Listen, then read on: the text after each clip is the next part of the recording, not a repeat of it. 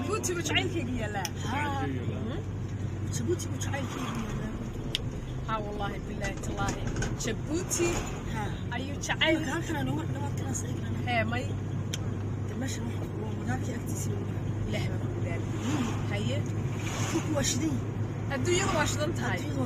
وجبوتي واشدن تاي جبوتي تو نيروبي هي بينو ها ما يكم هريسدي يا كم هريسد تاي كانوا kala harana waa markii ugu horeysay saragnaba سمحتي وحسن كل شيء يا فنانتي لا جبتي ما هو هيا والله وعاد وريس ميد كل معانا دلك كل هي ما الهر وادقي الى صهر وانا كل صهر لي marka ninkii odayga aad wareysanaysi ma ifahantay laakiin maanta waxa uu yahay kul macaan ila xaqad yaabi doonto haye ayaan kula siinaya haye laakiin wala nala joogto maanta oo dhan waxaan ku lahaa ayaa soo socday Djibouti ku arki doonaa الله سوى سنابكا خطرة عبد السينما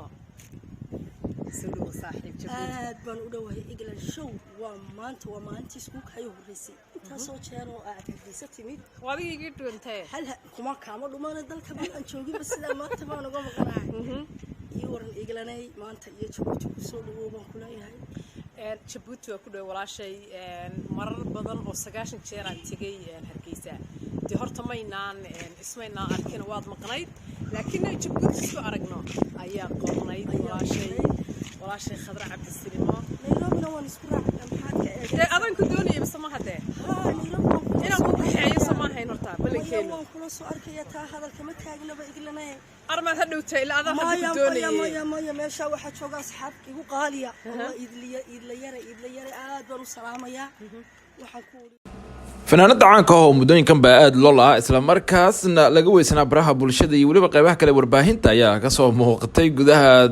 dalkaasi Djibouti waa Khadra Silime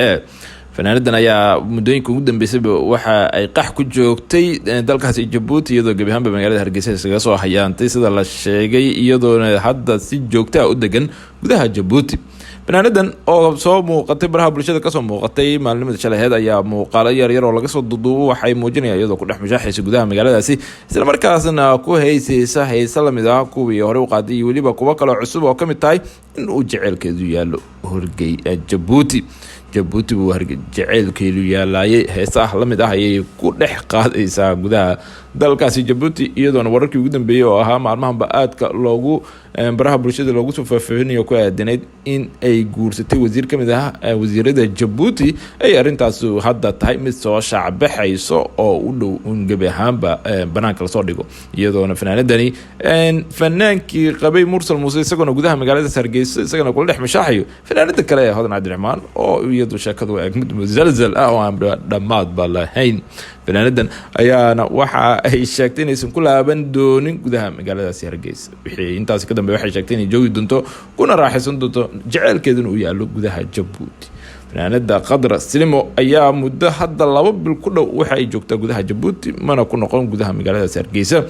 fanaanka qabay Mursal Muuse ayaa isaga gudaha magaalada Hargeysa waxa uu hadda kula nool yahay xaaskiisana ay tahay fanaanada Hodan Cabdiraxmaan oo ka soo hayantay iyadana dalkaasi Mareykanka oo hadda iyadana ah xaaska Mursal Muuse gabarna ay u dhashay fanaanadan ayaana waxa ay isaga oo qabo Mursal Muuse Khadra Silimo ka dul guursatay isla markaasna ugu dambeyntii iyadu la hartay sheekadu meesha ugu fiican ba ay maraysaa ay maalin kasta ku soo qortaa fanaanadoodan Cabdiraxmaan bageeda Facebook iyadoona markasta arimo ku dhaga hadal u muuqda ay la mid yihiin kuwa ay baraha bulshada maalin kasta soo dhigayso barnaamijka musalsalka u muuqda ee fanaaniintan ayaa ilaa hadda dhamaad lahayn iyadoona Khadra Silimo markasta mudooyinka ugu dambeysay marba qof dusha laga saarayo lugaay hebel ayaa guursaday iyo Canada ay ka dhacday iyo waliba arrimahaas iyo kuwa kale la mid ah inkastoo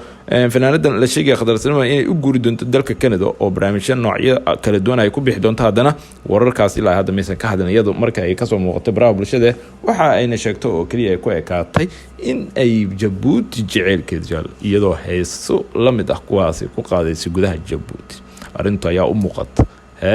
mid ay Khadra Silimo kaga booga dhayanayso waxyaabihii kasoo gaaray Mursal Muuse oo isaga ka raacay fanaanada Hodan Cabdiraxmaan oo iyagana muddo ah sida la sheegay jaceyl uu kasoo dhaxeeyay fanaaniintan ayaana waxa ay yihiin kuwa qaab musalsal ah barnaamijkooda jaceylka guurkoodaba uu ahaa muddooyinkii ugu dambeysay mid qabsaday baraha bulshada fanaanada Hodan Cabdiraxmaan oo ah fanaanad iyadana degan dalkaasi Mareykanka oo horey u kala tageen fanaanka kale ee Maxamed Alta ayaa hadda waxa ay sheegtay in heshiis jaceylkeedii rasmiga ah inuu ku raaxaysanayso gudaha magaalada Hargeysa iyadoona markasta sheegta in ay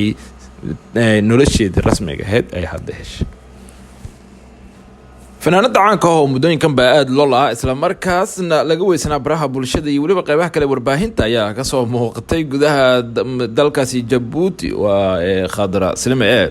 fanaanadan ayaa muddooyinka ugu dambeysay waxa ay qax ku joogtay dalkaasi Jabuuti iyadoo gabi ahaanba magaalada Hargeysa isaga soo hayaantay sida la sheegay iyadoo hadda si joogto ah u degan gudaha Jabuuti fanaanadan oo soo muuqatay baraha bulshada kasoo muuqatay maalinimada shaleed ayaa muuqaalo yar oo laga soo duduubo waxay muujinayaan iyadoo ku dhex mushaaxaysa gudaha magaaladaasi isla markaasna ku heysaysa lamid ah kuwii hore u qaaday weliba kuwa kale cusub oo kamid tahay in uu jaceylkeedu yaalo horgey Jabuuti buu jaceylkeedu yaalay heesaha lamid ah ayay ku dhex qaadaysaa gudaha dalkaasi Jabuuti iyadoona wararkii ugu dambeeyay oo ahaa maalmahanba aadka loogu baraha bulshada loogu soo faahfaahinayo ku aadanayd in ay guursatay wasiir kamid ah wasiirada Jabuuti ay arintaas hadda tahay mid soo shacbaxayso oo u dhow gabi ahaanba banaanka la soo dhigo iyadoona fanaanadani fanaankii qabay Mursal Muuse isagoo gudaha magaalada Hargeysa isagoo kula dhex mashaaxayo fanaanada kale ee Hodan Cabdiraxmaan oo iyadu sheekadu ay mid musalsal ah oo aan dhamaad ba lahayn fanaanadan ayaana waxa ay sheegtay inaysan ku laaban doonin gudaha magaaladaasi Hargeysa wixii intaas ka dambeeyay waxay sheegtay inay joogi doonto kuna raaxaysan doonto jaceylkeeduna uu yaalo gudaha Jabuuti fanaanada Khadra Silimo ayaa muddo hadda 2 bil ku dhow waxa ay joogtaa gudaha Jabuuti mana ku noqon gudaha magaaladaasi Hargeysa fanaanka qabay Mursal Muuse ayaa isaga gudaha magaalada Hargeysa waxa uu hadda kula nool yahay xaaskiisana ay tahay fanaanada Hodan Cabdiraxmaan oo ka soo hayantay iyadana dalkaasi Mareykanka oo hadda iyadana ah xaaska Mursal Muuse gabarna ay u dhashay fanaanadan ayaana waxa ay isaga oo qabo Mursal Muuse Khadra Silimo ka dul guursatay isla markaasna ugu dambeyntii iyadu la hartay sheekadu meesha ugu fiican ba ay maraysaa ay maalin kasta ku soo qortaa fanaanada Hodan Cabdiraxmaan bageeda Facebook iyadoona markasta arimo ku dhaga hadal u muuqda ay la mid yihiin kuwa ay baraha bulshada maalin kasta soo dhigayso barnaamijka musalsalka u muuqda ee fanaaniintan ayaa ilaa hadda dhamaad lahayn iyadoona Khadra Silimo markasta muddooyinka ugu dambeysay marba qof dusha laga saarayo lugaay hebel ayaa guursaday iyo Canada ay ka dhacday iyo waliba arrimahaas iyo kuwa kale la mid ah inkastoo fanaanadan la sheegay Khadra Silimo inay u guuri doonto dalka Canada oo barnaamijyo noocyo kala duwan ay ku bixi doonto haddana wararkaas ilaa hadda maysan ka hadlan iyadoo marka ay kasoo muuqatay baraha bulshada waxa ayna sheegto oo kaliya ay ku ekaatay in ay Jabuuti jaceylkeedu iyadoo heeso la mid ah kuwaasi ku qaadaysa gudaha Jabuuti arintu ayaa u muuqata mid ay Khadra Silimo kaga booga dhayanayso waxyaabihii kasoo gaaray Mursal Muuse oo isaga ka raacay fanaanada Hodan Cabdiraxmaan oo iyagana muddo ah sida la sheegay jaceyl uu kasoo dhaxeeyay fanaaniintan ayaana waxa ay yihiin kuwa qaab musalsal ah barnaamijkooda jaceylka guurkoodaba uu ahaa muddooyinkii ugu dambeysay mid qabsaday baraha bulshada fanaanada Hodan Cabdiraxmaan oo ah fanaanad iyadana degan dalkaasi Mareykanka oo horey u kala tageen fanaanka kale ee Maxamed Alta ayaa hadda waxa ay sheegtay in heshiis jaceylkeedii rasmiga ah inuu ku raaxaysanayso gudaha magaalada Hargeysa iyadoona markasta sheegta in ay nolosheedii rasmiga ahayd ay hadda heshay